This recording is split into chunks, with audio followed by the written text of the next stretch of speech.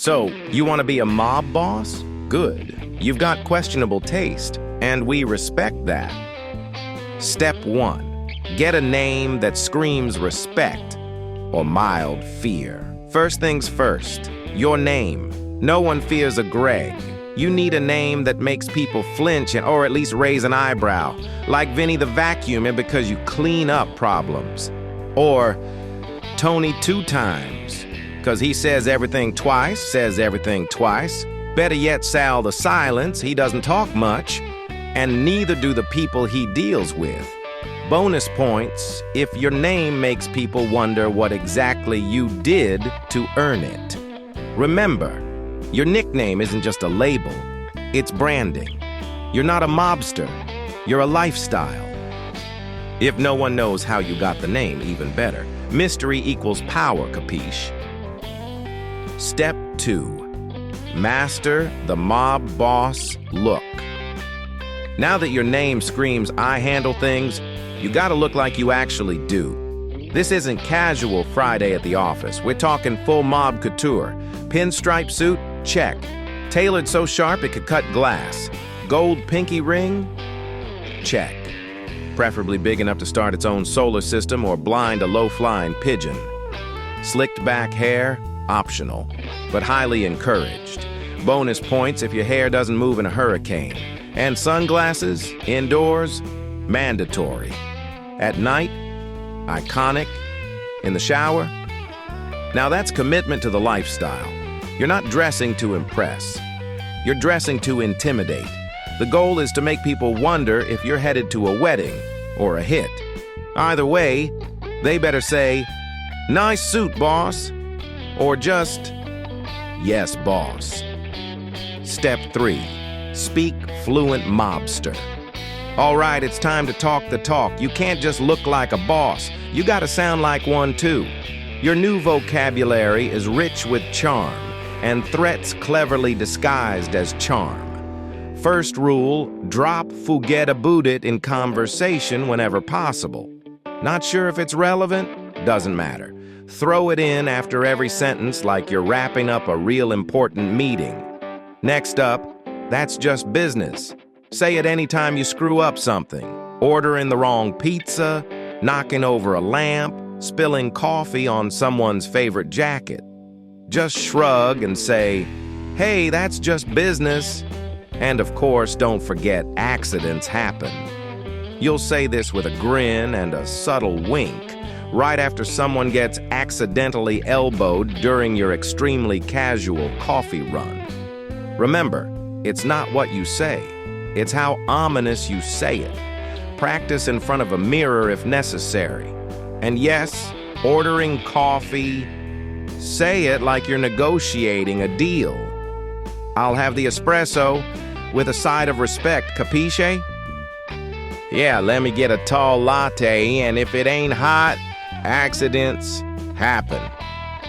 Step 4. Assemble your crew of questionable individuals. Listen up. No mob boss operates solo. You need a team, a family, a bunch of folks who might not have the best track record, but they'll have your back when things get tricky. First, gather your lieutenants, the ones with names that sound like they could star in a low-budget gangster movie. Think Big Al, who's big in all the wrong ways, mostly in terms of, well, his criminal expertise. Then there's Little Tony. Don't be fooled by the little part.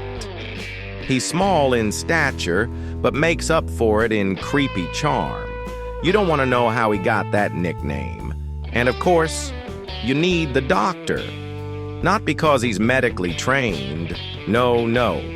He just really likes the name and you really don't want to question it. He's not licensed. He might not even know what an actual doctor does. But he's got connections. Bottom line, they might be a little shady, a little unpredictable, and definitely not the kind of people you'd invite to your family reunion. But they're your crew now, and together, you'll make things happen, or at least scare people into thinking you can. Step 5, open a front business. Now that you got your crew, it's time to look legit. You can't just be known for handling things, you gotta have a business. But not just any business. No, we're talking the kind of business that's more questionable than questionable. A front. What kind of front, you ask? Doesn't matter. A pizza joint? Sure. Just make sure it has that authentic, we won't take credit cards vibe. A laundromat? Why not? Just make sure the machines are always just a little too out of order. Maybe you open a llama petting zoo. Why? Because people will ask why you have llamas and you'll say, I love animals, what of it? The key here is that it's suspiciously cash only, with no records, and there's always a back room that nobody is allowed to see, ever. Sure, it's full of paperwork or something else you can't quite put your finger on, but hey, if they ask, just wink and say, it's business, kid. If anyone suspects anything, just remind them, accidents happen. Step 6. Practice the art of the dramatic entrance. All right. Now that you've got the name, the look, and the crew, it's time to make your entrance. You're not just walking into a room, you're making a statement. When you walk in, the room should go silent. You should hear the whoosh of the air being sucked out of the room as everyone realizes you've arrived. The lights? They should automatically dim because you've reached that level of respect. Slow jazz starts playing. You didn't order it, but somehow it's perfect. The saxophone plays your theme song, and just when you think the moment couldn't get more intense, someone drops a fork, or a glass, or a whole tray of spaghetti. That's when you know you've made it. When you walk in, everyone feels like they should have been more prepared. Pro tip: practice this in front of a mirror. Make sure your entrance isn't too early, too late, or too loud. Timing is everything. And if you trip, don't worry, just dust off your suit, give them a look, and say, this is how we do business. Step 7. Threaten people politely. It's classy. Listen, a real mob boss never has to raise their voice. It's not about yelling. It's about suggesting things with just the right touch of menace, like a fine wine with a hint of danger. You walk up to someone and say, that's a nice bakery you got there. Would be a shame if it burned calories too fast. It's not a threat. It's a concern. You're just looking out for their business and letting them know you're the one who can either protect it or rearrange it. Maybe you want to suggest a little more. You might say, such a beautiful car you have. Sure would be a shame if it got lost in traffic. You didn't say anything about it disappearing, but the implication is clear.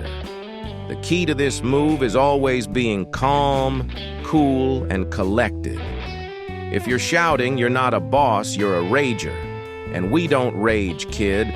We negotiate with style. So there you have it. 7 easy steps to become a mob boss. Now go out there and make your fake family proud. Just don't tell them we sent you.